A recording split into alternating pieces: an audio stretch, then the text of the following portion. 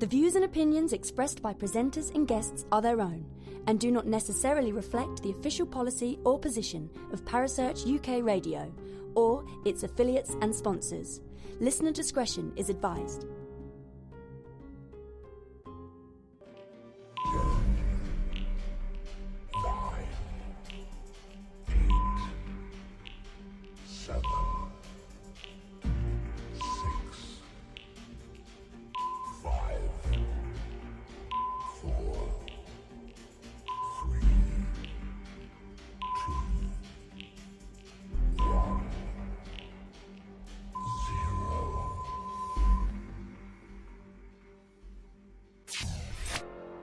You're listening to Paranormal Concept right here on Parasearch UK Radio with your host, Paul Rook.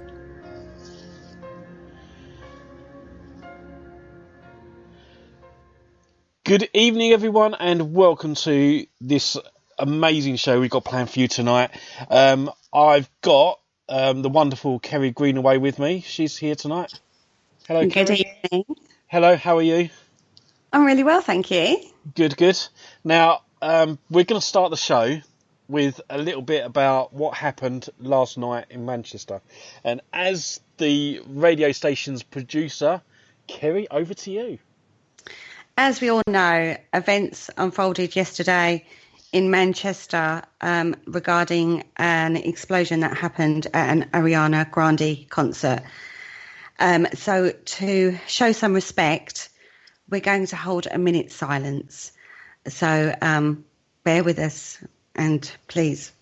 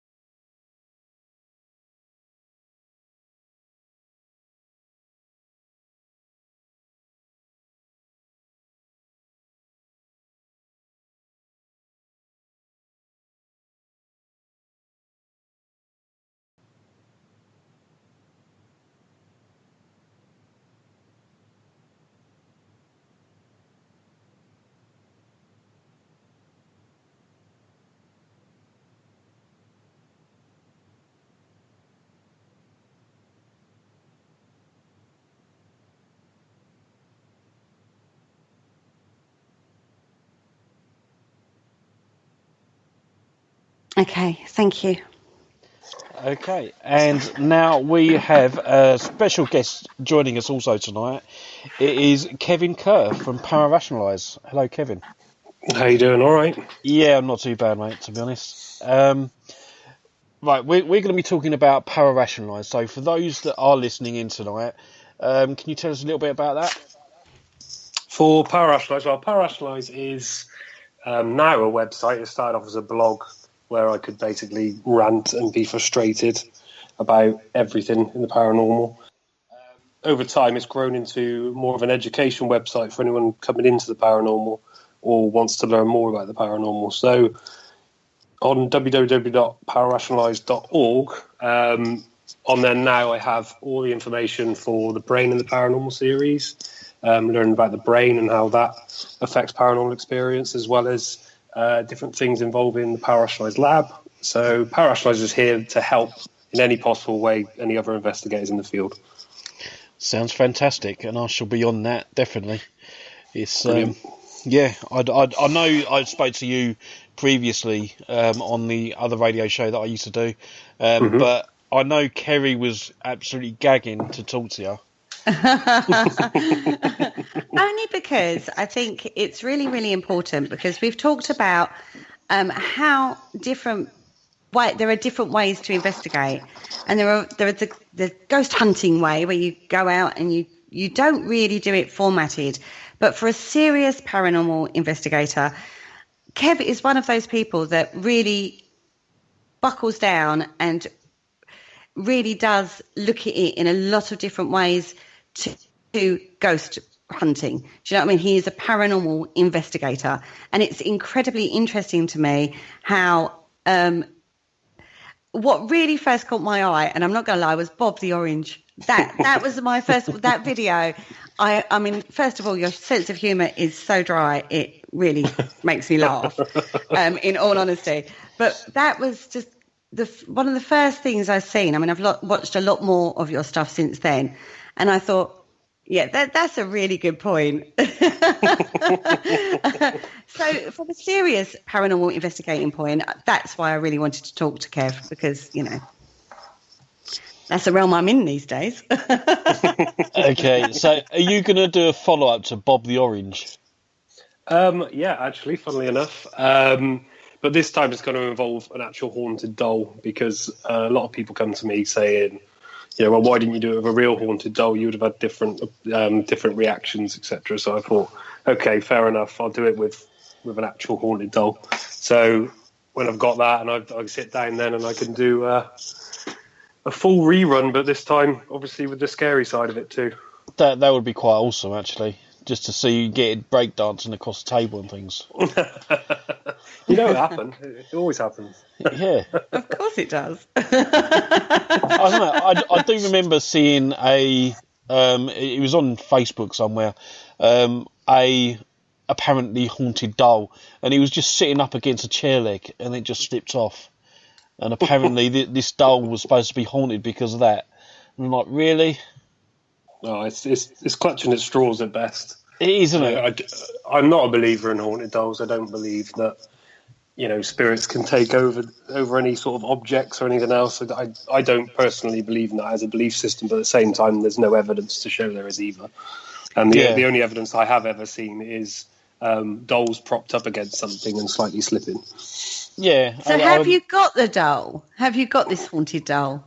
I have a friend who has it with her at the moment. Okay. So you've not actually got it in your presence? In my hands. No, not yet. Ooh, that'll be interesting to see what you get. So, weird stuff starts happening around your house. Are you going to do the same sort of experiment as Bob the Orange? Similar. I have been thinking about using a phone app instead, because obviously a lot of people use these phone apps, obvious phone apps, etc.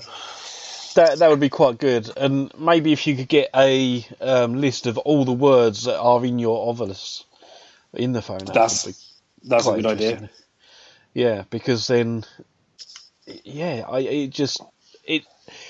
the ovilus in particular, I don't personally like them because they have got a set list of words, and it's always attributed to paranormal activity. So when it chucks out a word at random, it's going to chuck out the word demon, and it's going to chuck out the word ghost or something along those lines.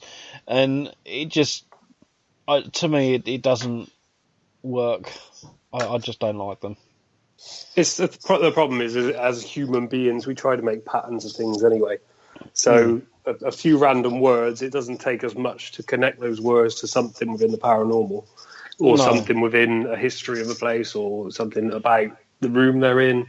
You know, so no wonder they make so much money selling them to people, and a lot of people believe they do work because, you know, it's someone. If you're in a house and that thing come up and said house in the middle of an investigation, you're like, oh my god, we are in a house. And I have seen that kind of level of idiocy be followed by it with an ovilus. Yeah. So it's one of those issues. You know, a lot of the ovuluses as well, they come with an import built inside the case that you can program other words into if you wanted to. Yeah. So it's, you know. So what piece of equipment would you say is the best for that sort of thing? Would you say obviously the ovulus, or coming up against the ghost box, for example? Which one of those two would be the best to use? Honestly, none of them. No. It's it should be used in a sort of experimental way. So a lot of the equipment out in the paranormal isn't actually anything really. It hasn't proven anything. It doesn't communicate with anything. A lot of them are actually really vague, so they won't show you anything to be able to quantify what's happening. They'll just show you flashing lights or beeping noises to say there's something happening. It could be totally natural. It could be paranormal. But if you want to believe it's paranormal, you can use it. You know, so a lot of that equipment, I used to have about £5,000 worth of equipment. And now I carry what fits in basically one side bag, and that's it. Yeah. So with ovulus and things like that, there's it's a point where you don't really want to start with paranormal research. It's within the paranormal. We've obviously got the usual with the mediums and the Ouija boards, which again we have explanations for, but belief systems don't want people to don't actually allow people to believe them. Yeah. So we kind of ignore it and we pretend like it still works. And instead of moving, as I do with ParaRationalise, as I say, I evolve with research. Sorry, I just saw the message board as well there. CJ put, totally agree with all the rubbish ghost box. but this is what I mean by it, is you've got to realise that a whole lot of the equipment used in the paranormal that doesn't quantify, that doesn't document, is just there for completely entertainment purposes. Absolutely, I totally agree with that, and I do use most of those pieces of equipment that you mentioned just simply because people want to go to events and stuff and they want to try these out for themselves. And they come up with their own explanations of why they're working. I mean, I can only tell someone till I'm blue in the face that it's not paranormal, when then they go, oh yeah, well, yeah, I've experienced it, it is, and it's like, really? Yeah. Okay, you believe I saw it with my own eyes, and it must be real. Exactly. But you've discussed this at an ASAP meeting recently, didn't you? You did a talk on the differences between a proper paranormal investigation and a ghost hunt. You actually outlined this particular subject, and this is a subject we've covered, isn't it, Paul? The differences in different types of investigations that you get. It's I called it the investigations. Yeah. So basically, an investigation would be something that usually you see on TV. So the old turning off of the lights. A group of friends getting together, having a bit of a laugh. They've got their night vision cameras, they've got their spirit boxes, they've got their K2 meters and all kinds of things just to communicate with ghosts and basically have a good time. But the problem is it doesn't kind of stop at investigation. A lot of people see the issue with, they do that and then they put it forward as that's evidence. This is exactly what that is. And it's like, actually, no, that's fun and entertaining, but that's not telling us anything. That could happen 15,000 times in front of the camera. It's not going to tell us exactly what's happening. You need to be able to take a measurement of something. Well, Richard in the chat room has said, what do you think we have to start using to start measuring the cause of phenomenon, not the effect? We've got absolutely loads. If you look out, sort of even in catalogues, hardware catalogues or anything like that, you've got a various amount of equipment that is used purely for the atmosphere. And within that, you can get ones that are actually calibrated to the British standard. So we know that it's a good bit of equipment and its readings aren't just random. We can only go as far as we can go into how good these things are. But there's a lot of equipment, and yes, it's expensive, but I've seen people pay hundreds of pounds for a ghost arc. So it can't be that bad. So you can do with temperature. You get very decent thermometers that aren't infrared thermometers, because infrared thermometers are basically showing you the temperature of a surface, not anything in between. So if you shot it at a so-called ghost, you won't get a reading of a ghost anyway. All you want to do is, or you get data loggers on top of that alongside of this equipment. So you can measure lumens, temperature. You could have, you could use a FLIR in order to get an idea of sort of that activity inside a room. So you have a whole picture of the room of what's happening at that time. You can also get temperature data loggers, which are brilliant. But lugging them into a corner of a room isn't going to work. You'd want, say, 6 or 7 of them spread out across a room so you could understand what was happening in that room at the time. Again, with all the data logging, and you can look back, and if a ghost walked through a room, you would see a ghost walk through. If the temperature drop and that temperature drop move on its own through a room, which is completely unnatural, but you have the data there to show that that is exactly what happened, not a video of just what looks like a blur on the screen. Would it also be beneficial to use some of the old scientific equipment, like a barometer and things like that? This is exactly it, and it's something we really shouldn't have stepped away from. Because to be able to get those pressure differences and any kind of atmospheric reading, really, from even dust, and not just for all purposes, but we got to realise the places we're in. It's not just our physical reactions to where we are. a lot of that is caused by a psychological reaction to where we are. So dark, dank, old, mouldy place, more likely haunted, because we're bred to believe that in the media. We're bred to believe that. So psychologically, you're taking all of that in when you walk into a room. But if that's recorded and logged, then you originally know from the moment you step in, this is what it is about the room. You have that data logged, and you know that certain individuals might be affected in a certain way. Yeah. So that's what I do at the beginning of, even when I go on an investigation, I do that. I take a notebook and I just write down different points as I go down. Oh, look over there. There's a funny angle in that brickwork as you walk in. It could cause someone to believe there's a shadow person. Obviously not now, but when they turn the lights off, it's going to be very different. It's taking all of that into account as an investigator, anyway. Interesting. Very much so. It's these things that you don't. It's taking that step, as you say, from being a ghost hunter into a paranormal investigator. It's these steps that you don't necessarily think of. That until someone says that, you go, "Oh yeah, that's a point."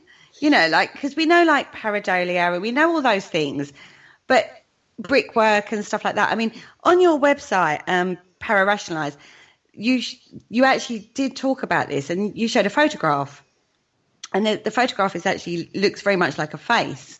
Mm-hmm. And then as you read the blog, right at the bottom, you go, "Oh, this is a face," and you actually draw it on the face. You actually draw the lines, and you go, "No, only joking. It's just my cigarette smoke."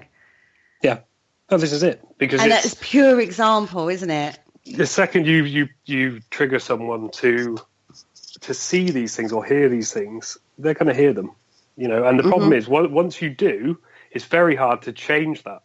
It's even if you know that someone's put that word there, or put that picture there to make you see a certain thing, and they've turned around and said this is what you should see. Once they remove any guidelines or anything else, that is still exactly what you can see. Yeah. So, and it's being able to realise that, and still being able to turn around and go, okay, this seems like the greatest evidence I've ever found, but it's not, unfortunately, because of this, and this. Mm-hmm. Whereas a lot of individuals go, this is the greatest evidence I've ever found, and I will fight you to the death if you want to say that it's not. That's true. Do you find that side of it incredibly frustrating? That is exactly how ParaRationalise begun. That's how the blog begun, from being so frustrated from those situations that I wanted to throttle people and say, look, what are you doing? This is obvious. This is in front of you. My path into the paranormal, should I say, I wasn't a field investigator. I was just a researcher. And I realised what was coming out of the field was getting worse and worse and worse. And it was getting a bit ridiculous, really. So then I stood into the practical side, and that was when I saw basically the madness that we're in. And so that spawned ParaRationalise. That frustration, everything else, made this blog, and the blog evolved then into the website, into talks, coming on radio shows and talking about it, all this kind of thing. But yeah, you're right. I know a lot of people who get very wound up, and the problem is I realised quite early on that the more aggressive and forthcoming I was with these things, the less anyone listened. Yeah, it's true. So what would you suggest? What would you suggest if someone did actually capture what they believed was a spirit on camera? Where would you suggest that they put or take that photograph? In all honesty, I wouldn't post it straight on social media.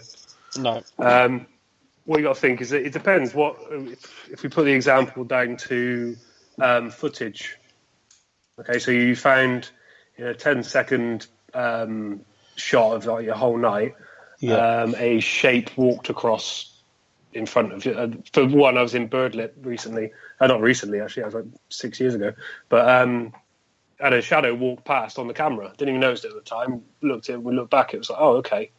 And it's taken years to go through everything and say, right, okay, is this paranormal? Not posting it up on social media for everyone to go, oh, that's not paranormal because that goes against my belief system, or that's not paranormal because. I can only go to certain individuals and say, look, the camera is this type of camera. It's looked after in this type of way. I need your expertise because you are the expert of this camera. What would have caused this?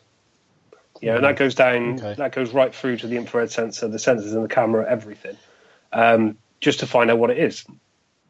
So, as for people who put up things on YouTube who go, "Oh, new evidence of a ghost," blah blah blah blah blah. This is real, 100% real. I didn't fake it. So you don't have to fake it. You just have to misperceive something that's happened on the camera. Yeah, I totally understand that. It's keeping that evidence not to yourself, but to expert eyes only. And then once you get an actual answer, whether it's the one you wanted or not, if it's not, put it to one side and forget about it. If it is the answer you want, then you can put it out on social media, but put it out there with an explanation as to what you've done to try and debunk it yourself, and to who's looked at it, what sort of process you've been through. Say, because it's not a 5-minute job. It's not an email across to someone. They say, "No, that's this. Happy days." Someone has to look into it properly, describe what you've done, and then put it out there, and then see how people react. Because people will still come at you no matter what. Will come at you and go, "It's fake," because they can't think of anything else. Uh-huh. Oh, that's faked. Well, actually, no, I know it wasn't, because it was only me. Blah blah blah. But that is, people lie in the paranormal, so you can't believe them then. So, do you think the field has got better? Do you think it's getting better? Do you think people are knowing more now? There's a lot more people like yourself out there who are saying, this is what an orb is. It's a lot more out there now. A lot more bloggers are saying it. It's good.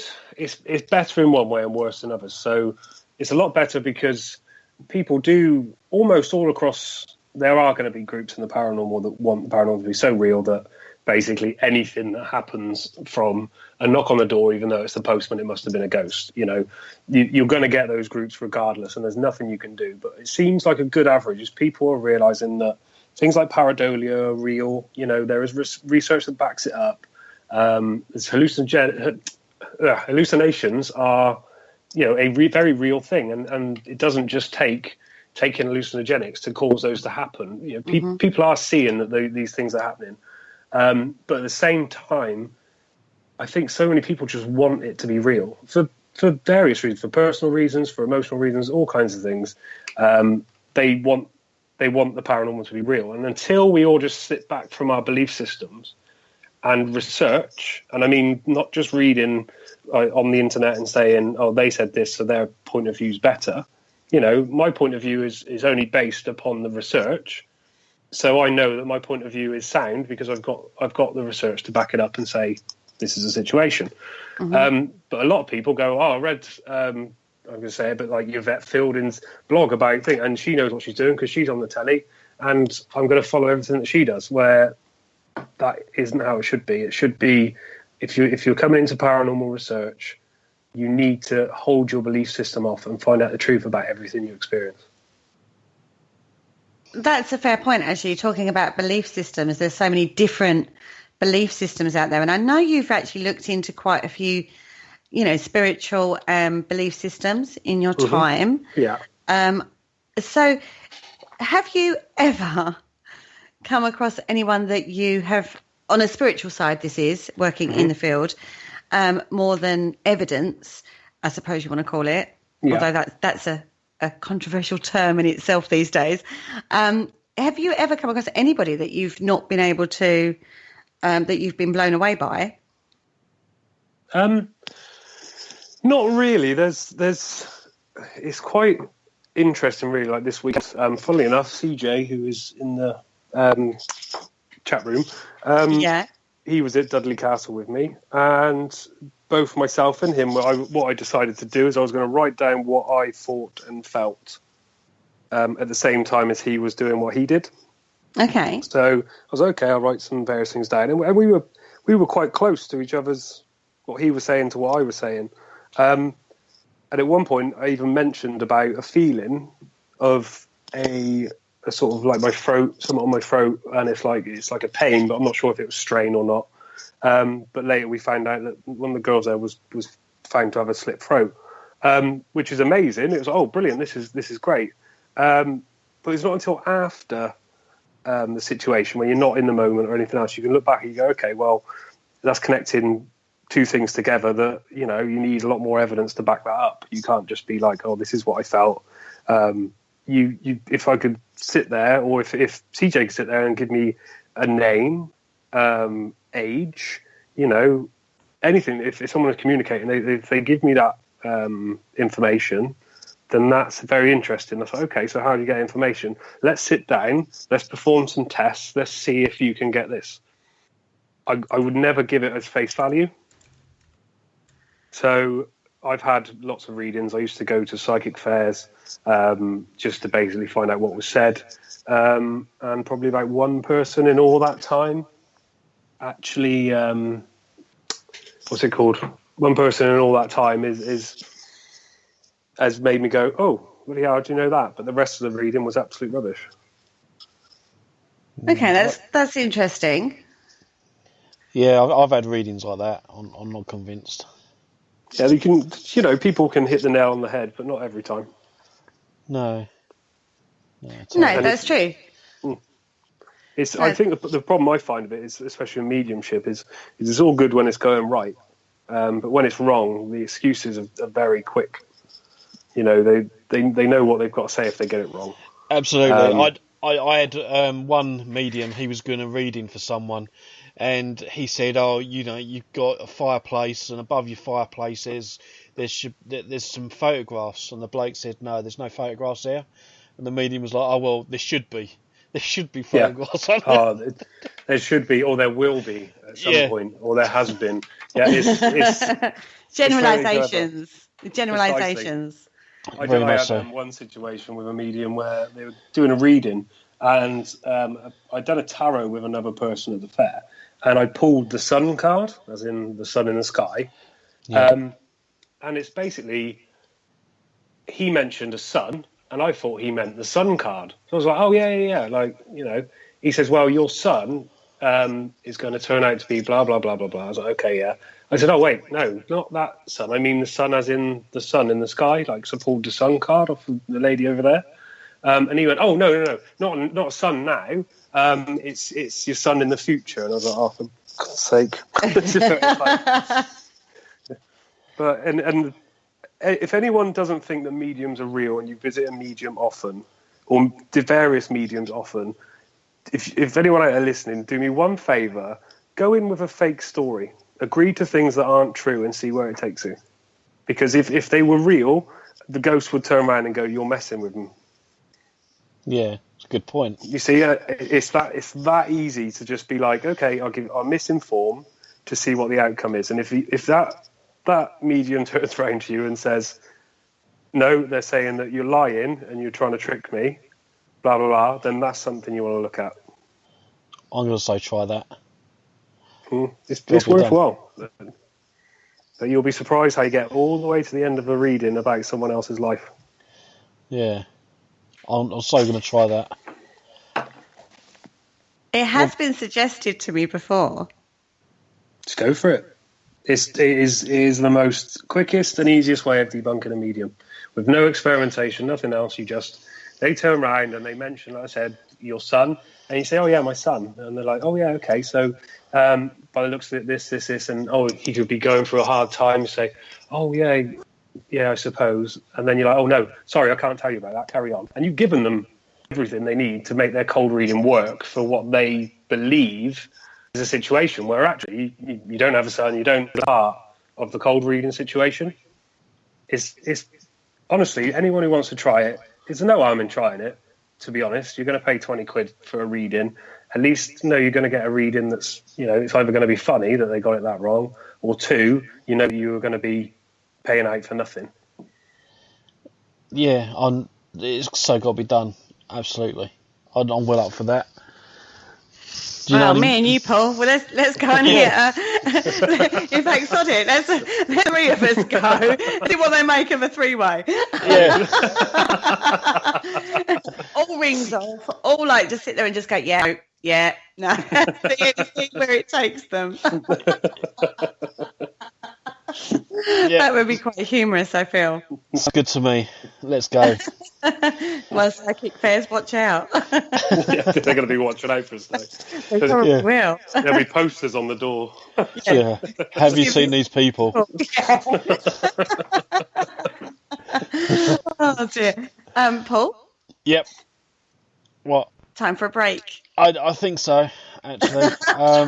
I've got to find the button now. No, do you know what? I don't even think I've got any adverts, to be honest.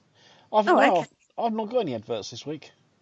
Oh, okay. So we can keep going, yeah. All right, then. Yeah. Just that. Yeah, just like that.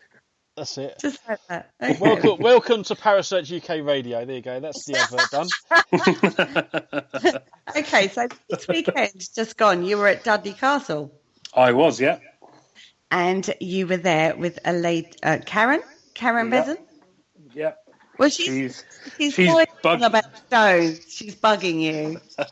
I'm not surprised. About stones. Oh, before you do talk about the Stones, I just want to say that it's CJ Simmons' birthday today. It is. Happy birthday, CJ. Happy birthday. Birthday, CJ. I won't tell you how old he is. Let's just say 21.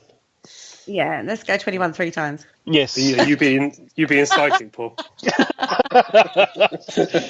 Well, no, I just his Facebook, to be honest, but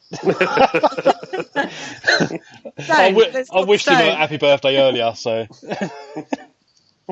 Stones, yes, Stones. Let's go with Stones. Okay, yeah. So we were at Dudley Castle Saturday night. And we had a stone throwing incident. And I absolutely love stone throwing because, obviously, with Team Impact, the team that I'm in, Chris Howley and Paul Obday run the Paranormal nights there. And one of the main things that happen is stone throwing. But I've always experienced it there. I haven't actually experienced it anywhere else. So it's quite nice in Dudley Castle to have that happen. So basically, I walked into what they call the museum there. And there was 2 other people in the room, and they were really, really excited. And I was sort of like, "What's going on?" You know.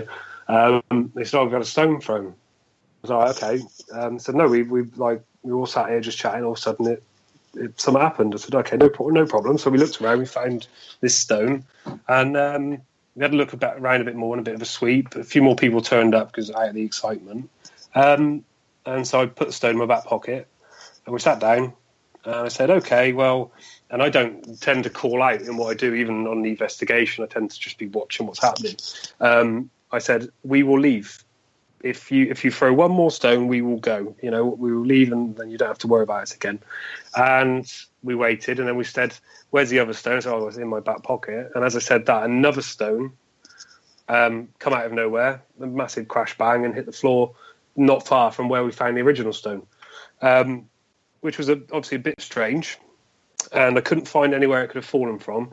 The only sort of points to look at in those situations is was it someone in the room? Now, this group I go on investigations with because I can trust them. I don't tend to go on investigations just randomly. It's a group basically made up of a load of different groups. We've got Selfless for Paranormal, Will and All Paranormal, Real or Other Side, Truth Seekers. They're just a group of various different beliefs, and we all get on very well, so we can all have our input. And yeah, I do trust them not to throw a stone.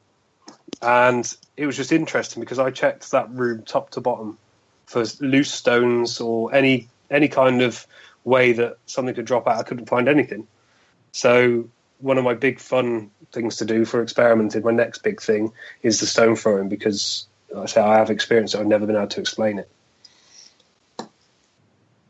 You all asleep? No, I'm just absolutely fascinated because obviously I've seen a lot of stone throwing going on, and you're going to hate me for saying this, but on various television programs. Oh, yeah, definitely. You know, it seems to be the thing of the moment, doesn't it? Yeah. The stone throwing thing. So you can't explain that then, no? So there's multiple ways, as in Woodchester Mansion. Before I joined Team Impact, I'd heard about stone throwing. Now I'm part of Team Impact. I know a lot more about the stone throwing at Woodchester. So I have designed an experiment ready for us to go into Woodchester and basically perform this experiment and find out where these stones are coming from. Without that kind of testament that I heard before, I visited there one day just as a tourist, and I was checking all the ceilings and basically going down into these various different places and just seeing if it's loose stone in the brickwork or anything else. But a lot of the reports were quite big stones. So one was even reported as dented the floor. So it intrigues me that in a room, it's all right for me if I was doing an investigation myself, because I would have all the lights on. So if anyone tried to throw anything, you'd see it straight away. But yeah, stone throwing is one of those things that is easily faked. But I have been in situations with people that I don't think would fake it, and it's happened. So it's quite worth a look at. In my eyes. How would you go about testing that sort of situation? So the plan for the experiment is we go. Have you visited Woodchester? No, I haven't. Not yet. I'm looking to. It's a brilliant place to. If you get in there, definitely get in there. It's a brilliant place to visit, even during the day, just for a walk around. But basically, it's. There's two big halls, I suppose, put them like dining rooms. There's no floors right to the top where they were never finished. So it's a big open room. There's bats as well, which was another thing I looked into. But what the plan is, we're going to get some debris net in and say two like gazebo setups. So gazebo frames without the covers and the debris netting over the top. Only with a minimal amount of team members, so probably 4 at most. Inside the netted area. On the outside, then we'll have the cameras. So cameras on the outside, inside show no one's thrown a rock, but the stone has come from outside of the netting area. So that's step one. Like, now we know that these stones are projectile from something. Because that's in the paranormal, I think we kind of expect to get it all in one experiment, but we don't. That is the first question that needs to be answered. Is it coming from the people in the room, or is it coming from outside of that? As long as you have control that there's no one else in that building at that time, there's nothing happening, and that stone is still thrown, and especially if that stone hits the side of the framework, because that's not dropping from the ceiling, then we've got something to start looking at. So from that, we can see what happens to the temperature when that happens, because it is happening again and again. As I said, most people go to Woodchester Mansion and experience it. So we can see what temperature happens, whether, although EMF isn't my best friend in the world, we can check the EMF at the time. Does it drop? Is there sudden height in it? Is there, is the atmosphere changing when that happens, and what is changing about it? But that gives us an answer as to sort of, once we know what happens, we can then take the next step to design an experiment to find out why that's going on. Yeah. Do you understand what I mean? So it's taking the small steps. You can't, in the paranormal, I think people just think they're going to walk into a haunted house, there's going to be a ghost stood in front of them, it's going to talk to them, and that's it. And they want that desperately. But that is not how anything really works, and in science especially, you have to ask, why does this happen? And that one question could contain 100 different experiments. You have a hypothesis to why something happens, you test it, it fails, you move on. The issue being is a lot of people don't want to move on. If we manage to prove that ghosts in the form that we believe is a ghost, so like a person's passed on, etc., and we find out that is actually completely impossible, and everything we've done to test it has proven that it's just what people believe as an opinion, so we'll move on. We'll forget about that side of it. We'll go to the next. Yeah. And if we all did that, the amount of people in the paranormal world and community each weekend who are out there basically sitting around on their arse waiting for something to happen, if they were doing an actual experiment at that time, they could gain data, and that data can build and build and build, and then we all work as one, instead of this idea of power unity, which is just complete failure. Yeah, absolutely. We discussed that on previous shows. It doesn't work. No, one thing I would like to ask about the rock thing is have you actually tested the rocks? No. Because So if it was locational, if the rock is coming from a specific location, like it is coming from the fabric of the building, for example, wouldn't that hold or have a specific geological marker? Yeah. So of course, depending on where places are. So if you do look at the geology of somewhere, say, I don't know, if we go to Stroud, which is near me, there's a great deal of the yellowy Cotswold stone. Yeah. So that is just in that area is that yellow Cotswold stone. And the same for Woodchester as well. Woodchester Mansion is Cotswold stone. Even down to what the building is made of. Even down to what Woodchester is actually made of. I mean, I don't know. Yeah, I think it's mostly the Cotswold stone. So if you tested the stone, if you had the stone and you tested it, the stone that, then at least you could go, well, it has actually come from the fabric of the building. Yeah. Oh, this is exactly it. This is exactly why we need to do things like that. We can't just... Sort of what my plan has been, if I experience stone throwing, I want to keep hold of the stone and log of the location, which is exactly what I've done with this stone. In that sense, I know when it's happened, what time it's happened, everything else. And as I build up a collection of that happening, I can get that data. And you're right, you could test where that stone's from. I'm a civil engineer myself, so I have studied geology as part of my degrees. But the issue being is it's a very small sample. True. If I had a massive sample, then brilliant. I can take that stone. I could go to the likes of ATS and things and get it tested. But because it is such a small sample, I'm purely having to rely on the knowledge of any geologist I do know who can look at that and say, well, actually, that's this, or or that's just concrete.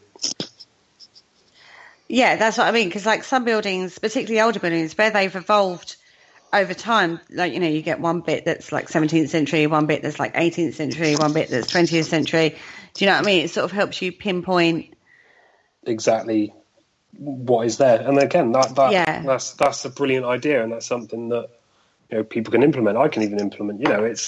It's being able to do that, being able to get that information and that data to say, okay, we found it in Exeter, and Exeter wasn't included, and we found Cotswold stone, which was very strange because nothing around here has ever been built in Cotswold stone. Yeah, exactly. And then at the same time, if you're with a load of people, and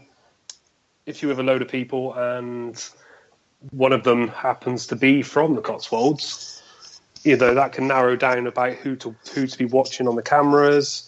Not to say everyone's dishonest, but the majority of people are dishonest. You have to treat people as dishonest until you know that they had no involvement. If that makes any sense.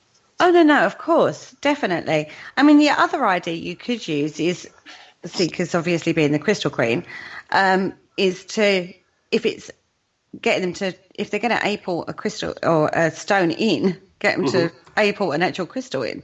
So have crystals in a completely different room, you count them, you then go into your restricted area, and if they throw a rose quartz at you, That means they love you. Well, kind of. But no, do you see what... That's just an example, obviously. Do you know what I mean? Because you've controlled that. Yeah, this is precisely... That is it, just control. We have literally none. And a lot of investigators have absolutely none. But having that control... it can make all the difference. You then know, you've recorded, you've written down, this is how we're going to do it, this is what we've done. Film everything you're doing and do it. And then basically, if something amazing happens then feel free to be excited because you just got a load of data, you've got it, everything registered there to say and documented to say that's exactly how you did it and this is what happened.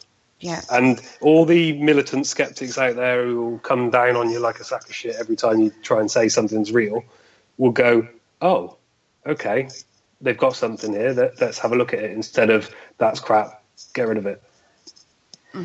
Yeah, I caught. One of our guests caught something on a camera when we went to Kelvedon Hatch nuclear bunker. We was in like the medical bay, and it appeared like something was watching us from behind the curtain. The medical curtains have got. Yeah. So we actually went back there on the Monday straight after that event, and there was nothing that we could possibly say caused that. So I really don't know where to go next with that piece of footage, to be honest. I mean, I've tried looking at it myself and investigating it, but it just baffles me as what it could have been. Yeah. So if I can get hold of that footage again, I'd appreciate it if you'd have a look at it. I'll take a look at it, but what you've got to remember is when that was taken, that was in a controlled situation. Yeah. Then you could consider that evidence. Yeah. You know, that's what I've always said about what I mean by people doing this properly. You know, when they get in and they're not just running around with a camera and they catch a ghost on camera and it's like, okay, well done.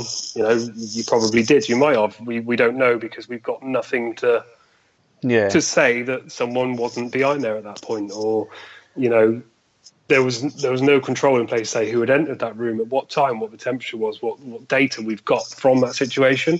All we've got is a camera showing what seems like someone behind a curtain. Yeah, I mean, when we went back there was no room for anyone to be behind there. So, I could pretty much, from looking at both, because we recorded the second day as well when we went back there. Yeah. So we recorded exactly what we was looking at. We recorded about the amount of room behind the curtain as well, so you could get a rough idea of what to try and recreate it in your mind, sort of thing. But we just couldn't figure out what that was. Yeah. But I mean, I'll try and get both of the footages for you, and that'd be maybe perfect. have a look. Yeah. I'll like I say, it's because the paranormal world, we are very guilty of being reactive.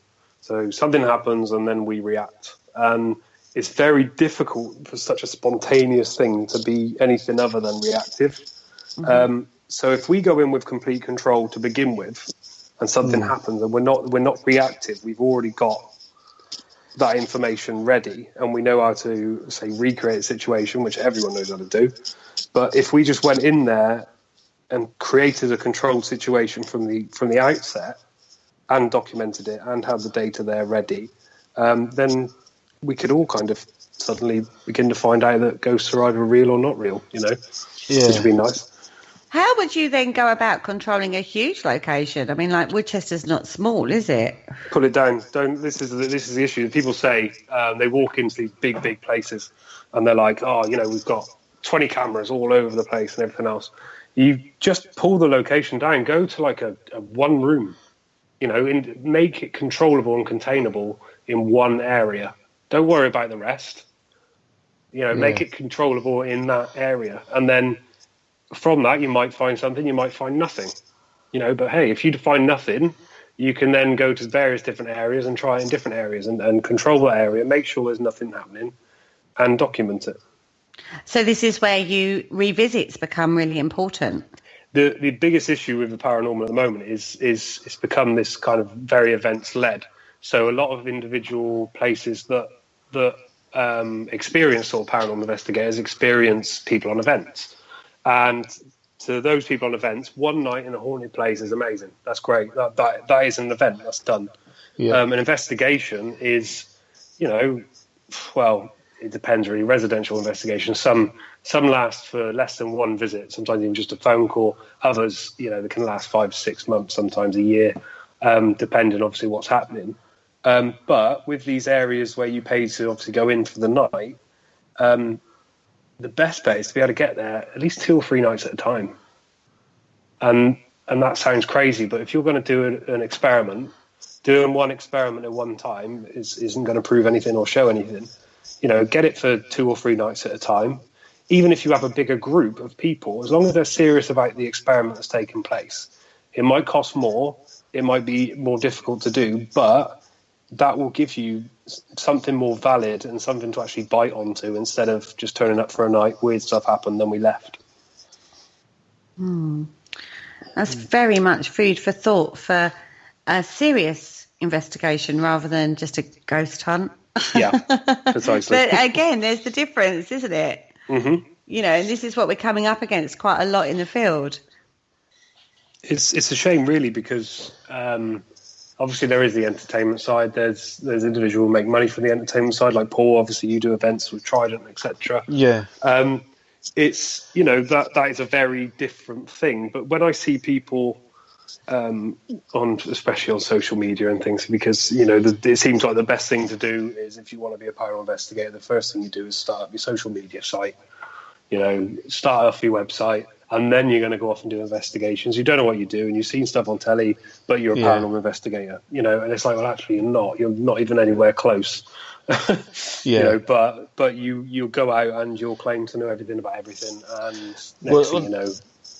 That was it. I mean, when I first started, it was a case of learning all that I could firsthand, and then once I did know what I was doing, then I went out into people's houses and do investigations and investigate properly. And then along come the idea for Trident as sort of a sideline.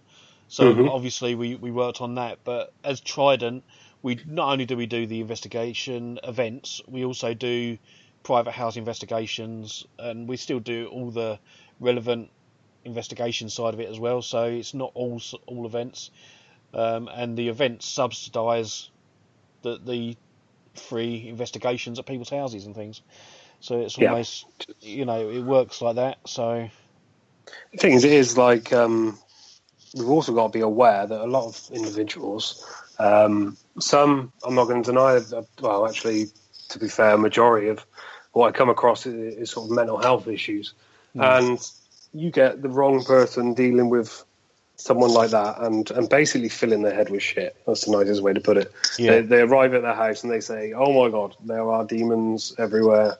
There's a portal over your child's bed.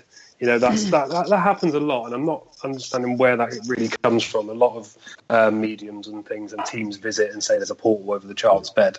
I think it's kind of wrong to come out with something like that. Yeah. Irresponsible. It's very irresponsible, and it causes... There's a vast kind of difference with people that some of these people think they're not really causing any harm. But if you tell someone who's just on that cusp of either they could be on the cusp of suicide over what's happening to them, I've sat with young parents and things who absolutely are completely petrified of what's going to happen to their child. Yeah. And you actually turn around and say, well, actually, no, if we look at this from step by step, it actually turns out that this is what started the phenomena, or what you think is the phenomena. This is what is causing it, from what we can see. And that actually is not a ghost at all. You'll be surprised amount of people who go, oh, my God, you're right. I didn't really think of that, which is nice. But then at the same time, you will get others who are like, no, I definitely know this is a ghost. But if you back that up and you then say, yes, this is a demon, you step away, and that person might not want to be involved with a demon, so the next thing you know, they go and slit their wrists or go and hang themselves, and that's their fault. That is that investigator's fault. And although they'll claim that it wasn't, that they were only there to do a service, that investigator deserves to go to prison for that. Its prime example is that TV show that came out before Most Haunted. Was it Ghost Watch? I think Ghost it was. Watch, yeah. On BBC. But that's people, exactly why I got banned, Yeah, I mean, people did, but they did actually believe it, and there was people out there that did top themselves because of it. True. Knowing full well that there was an afterlife, they didn't want to be in this one, so they just topped themselves. So that's a prime example. And from obviously my point of view, my day job of volunteer role, I'm a member of St John Ambulance, and because I was emergency ambulance trained, we was trained to observe mental illnesses and how we can recognise them and how it can develop, and even what to do from an ambulance point of view. So I've got that little bit of a background. So I always do try and go into any case specifically as reassurance, and I think that's the key. You need to reassure these people that are you do. Apparently haunted. They need the reassurance that you can help, and you just do what you can for them. Well, this is the thing. It's a lot of being a paranormal investigator. Actually, I suppose you could have a few titles. You could be a paranormal experimenter, a paranormal researcher, a paranormal investigator. But as an investigator, most of the time, you're actually just dealing with some vulnerable people. Yeah, very much so. And it's important. Like obviously with the ASSAP, they do a lot of work when it comes to ethics. It's learning this kind of baseline for the ethics, and at the same time is realizing that what you say as a perceived expert in a field, you have to be very careful with what comes out of your mouth. So if I turn around and say I'm an expert in the paranormal, I think Kerry Ann did a show on experts not long ago. Yeah. And it's like you turn around and say I'm an expert in the paranormal, and I know for a fact that there is a spirit of a child coming through a portal and he's attacking certain individual, blah blah blah, your son, your partner, whatever, and that's exactly what's doing this. And for someone to even come out with that, you think they have to be a little bit off in the first place, or borderline psychopathic to be able to just come out with something like that and be like, oh, now I'll help you. It's like, well, no, as an investigator, you go in and you find out what's going on, you try to explain it as best you can, and you put them onto, if you think there's a mental health issue, you put them in touch with local services. Very much. I'm not a doctor. I'm not trained or qualified to do anything about that situation except for point them in the right direction. Yeah. Or if I feel that they're incapable or they're not going to go in that direction, then I would contact those services myself and see if that person is supposed to be, say, on medication or supposed to be watched, where they've actually managed to basically skip their medication and the next thing you know, they don't take it at all, which has happened a lot as well. Yeah, I mean, CJ has said in the chat room, sometimes people, even if you tell them the truth and explain what the cause is, they still won't listen. And belief system plays a huge part in this. I mean, I've done a couple of shows on a different network called Debunking the Demon. This was an American network. I was upsetting the Americans this particular night because the D word is used an awful lot as a generic term rather than what it is, and it's misunderstood, it's misrepresented, and it's incredibly irresponsible. It's beyond. I'm actually very shocked at the things that can come out of people's mouths to vulnerable people. There's not many people in the world who would say have a 4-year-old in front of them and say fuck, shit, bugger and God knows what in their face. But that is pretty much on exactly the same level of what someone's doing when they go into someone's house and tell them they're being attacked by a demon, etc. Yeah. It's a shame, isn't it? I totally agree. It is, and there are a lot of teams out there that would possibly do that. Yeah, and quite happily, quite normally, as if that was what they were there to do. And it's a shame because I don't think some of them actually realise what they're doing. No.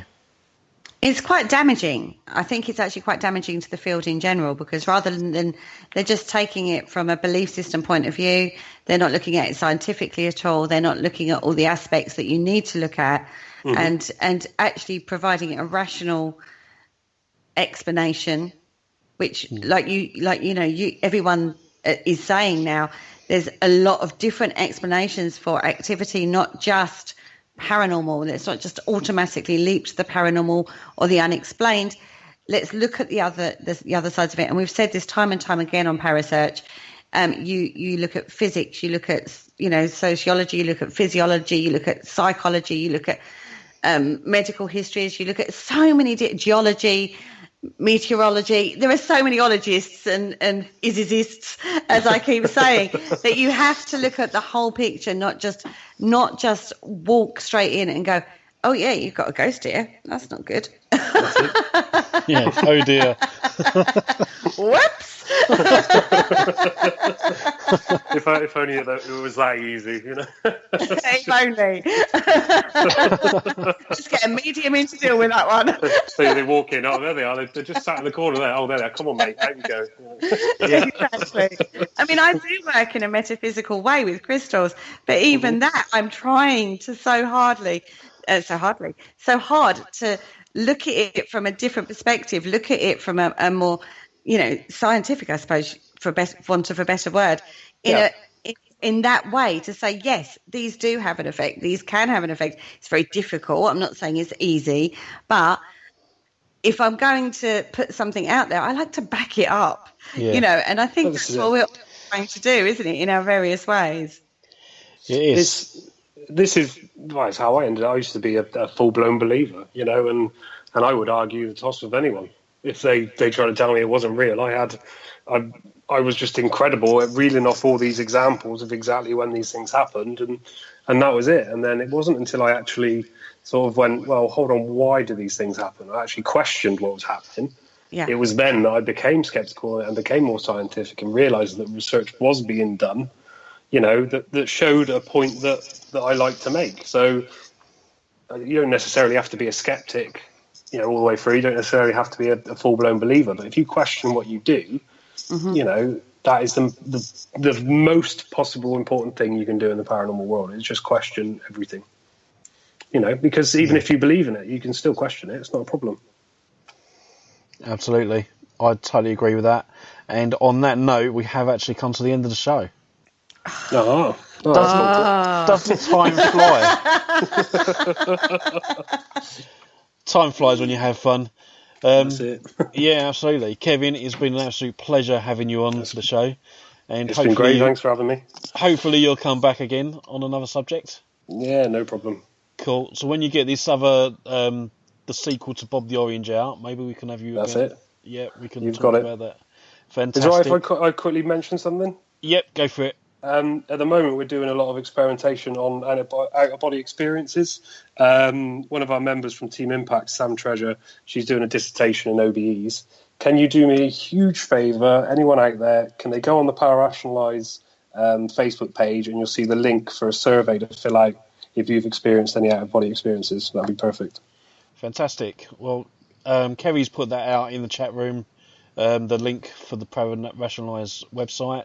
So thank you for joining me once again, and thank everybody that's actually joined me in the chat room. It's been an absolute pleasure. So hopefully you'll all stay safe, and we will see you again next week for Paranormal Concept. And the show is all about the paranormal antiques. I've got a guy called Neil Packer. He's joining me live on air. So get your questions in and talk about the antiques side of paranormal activity. So see you all again very soon. Goodbye.